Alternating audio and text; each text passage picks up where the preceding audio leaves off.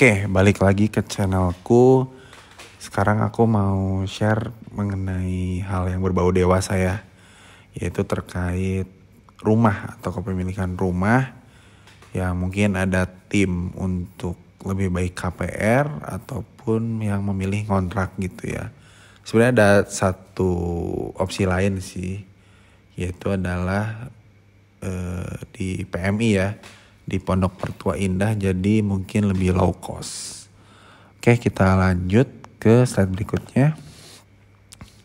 Oke, mungkin kita akan intermezzo dulu di tahun 76 ya. Jadi FYI bahwa nasabah pertama atau konsumen pertama program kepemilikan rumah itu berasal dari Bank BTN, yaitu adalah Pak Suharjo S. Wirjo Pranoto di 10 Desember 1976 di Kota Semarang. Sebenarnya selain beliau juga ada 8 nasabah lainnya menjadi penerima program KPR pertama. Jadi awal mulanya itu BTN ya selaku bank pemerintah studi banding ke berbagai tempat, salah duanya itu adalah ke Commonwealth di negara persemakmuran Inggris dan juga ke Malaysia atau perusahaan Malaysia Berhad seperti itu.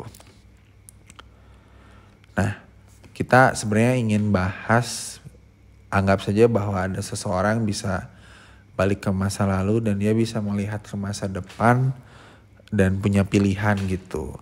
Nah, sebut saja di 2014 itu ada Joko, seorang fresh graduate, usianya 22 tahun, punya cash on hand atau tabungan tuh di 150 juta, belum nikah ya, jadi tanggungannya hanya diri dia sendiri, kerja di plat merah dengan gaji 11 jutaan per bulan.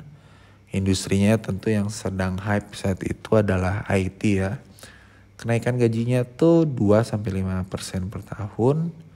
Biaya hidupnya sekitar 35% dari gaji itu ada makan, transportasi, leisure gitu ya, tapi tidak termasuk tabungan dan juga investasi. Nah, lokasi rumahnya anggap saja ini di Bandung ya. Jadi selangkah ke exit tol Buah Batu, harga jual saat itu di 2014 sekitar di 800 juta ya kalau beli cash. Dan harga sewanya atau kontraknya itu di 25 juta per tahun. Dan di sini ada asumsi kenaikan harga sewanya itu 1 juta per tahun dengan ukuran luas bangunan 76 meter persegi dan luas tanahnya 121 meter persegi. Nah, layoutnya tuh ini 3 kamar tidur, 2 kamar mandi dan juga ada carport seperti itu. Nah, ini hanya ilustrasi saja, mungkin lokasi rumahnya di sekitar sini gitu ya. Oke, di sini ada asumsi KPR juga dengan DP rumah saat itu sudah bisa ya di 50 juta rupiah. Ini sekitar 5-6% dari harga jual.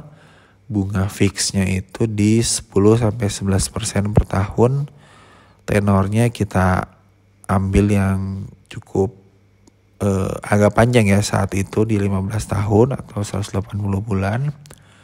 Biaya kredit itu di 8-10% dari harga jual. Nah, biaya kredit tuh komponennya apa aja sih?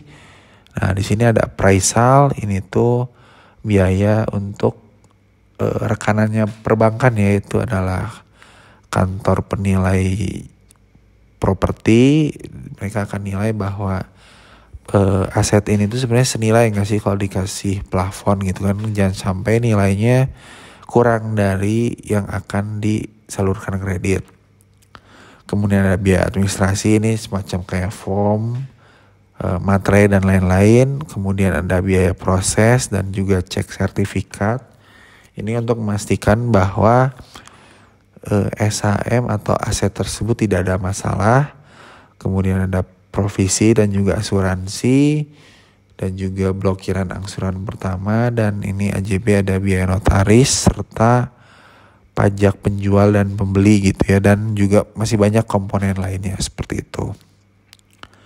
Nah kemudian juga si Joko ini tentunya tiap 3 tahun sekali harus spending sekitar 20 juta ya. Ya wajar lah, maksudnya rumah kan harus dirawat gitu.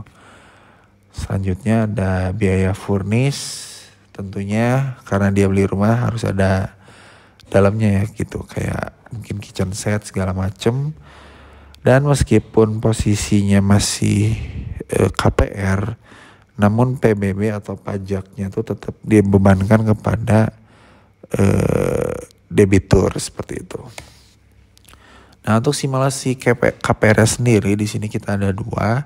Pertama ada yang flat ya, jadi dari bulan 1 sampai 180 tuh nilainya sama di 8 jutaan. Kemudian ada pola progresif, jadi 5 tahun pertama tuh di 6,8 jutaan. Di bulan ke-6 1 sampai 180 di 9,3 juta.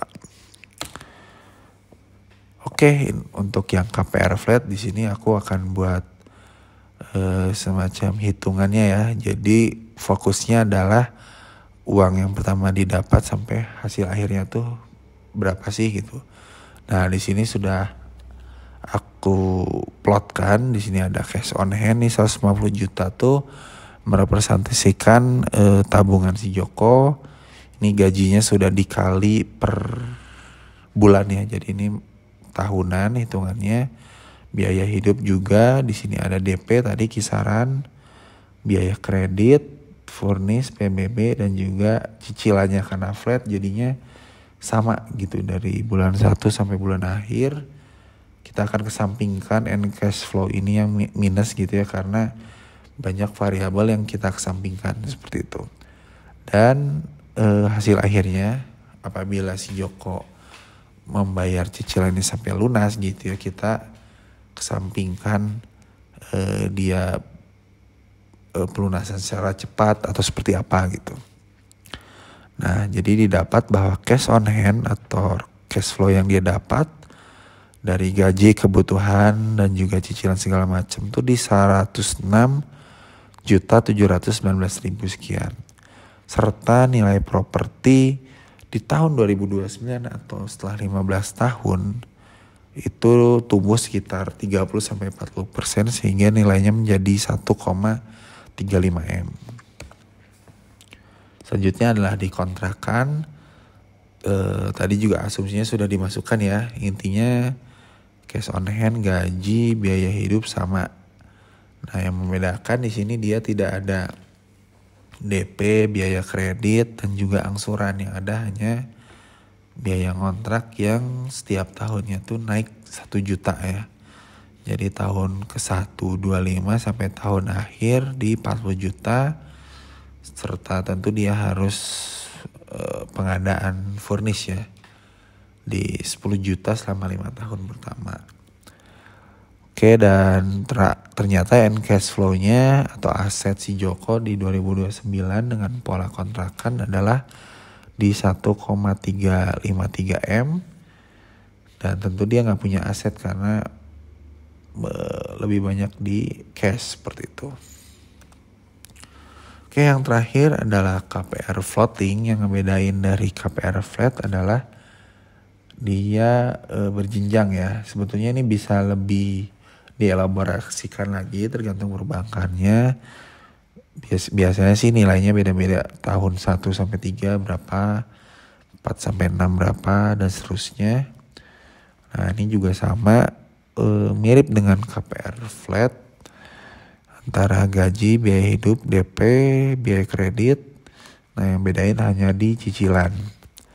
Dan didapat aset si Joko di tahun ke-15 adalah cash on hand-nya ternyata lebih sedikit dibanding pola flat ya, karena hanya menghasilkan 46.900.000 sekian dan propertinya sama di 1,35 M. Dan sehingga resumenya seperti ini. Nah, tentu ini menjadi pilihan teman-teman apabila bisa balik ke masa lalu gitu ya. Ada pilihan seperti ini, apa yang akan Anda pilih? Dan tentu saja banyak variabel yang kita kesampingkan karena dari 2014 sampai tahun ini 2025 itu banyak event yang terjadi dan di luar mungkin ekspektasi kita ya. Kalau bahasa kerennya sih ada black swan yang terjadi, misalnya COVID gitu ya. Mungkin itu bisa menjadi peluang atau juga ancaman bagi si Joko, mungkin dia bisa di layoff atau justru karirnya semakin melesat seperti itu. Oke, mungkin sekian saja konten saya kali ini. Kalau kamu suka silahkan like, subscribe dan juga share ke teman-teman kamu.